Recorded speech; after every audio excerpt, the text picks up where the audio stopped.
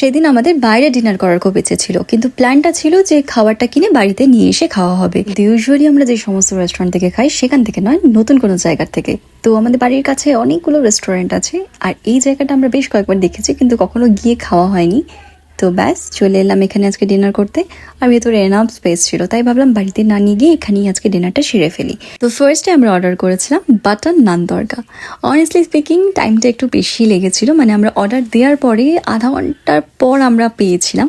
But that's not a big deal, কারণ আমাদের বাড়ির খুব কাছেই রেস্টুরেন্টটা ছিল, মানে হেঁটেই যাওয়া যাবে এতটাই কাছে। তো সেই জন্য খুব একটা চাপ ছিল না। আর হ্যাঁ, নান তড়কাটা খেতে ভালো ছিল, প্রাইস হিসেবে সত্যি খাবারটা ভালো ছিল। তারপর আমরা অর্ডার করেছিলাম লাচ্ছা পরোটা। নাও স্ট্রেট টু দ্য পয়েন্ট, আমি হায়দ্রাবাদে থেকে ওখানকার লাচ্ছা পরোটা বেশ কয়েকদিন টানা খেয়েছি, তো আমার আইডিয়া আছে লাচ্ছা পরোটা কিরকম হয়। ওই পরোটার এত লেয়ার থাকে যে অটোমেটিক্যালি ছিঁড়ে পড়ে যায়, মানে ওইভাবে প্রপারলি পরোটার মতো ছিঁড়ে খাওয়া যায় না। তো যাই হোক, আমি শিলিগুড়িতে অনেক জায়গায় লাচ্ছা পরোটা খেয়েছি, বাট ওরকম প্রপার লাচ্ছা পরোটা কোথাও পাইনি। এনিওয়েজ, এই ছিল আজকে ডিনার। Okay, by.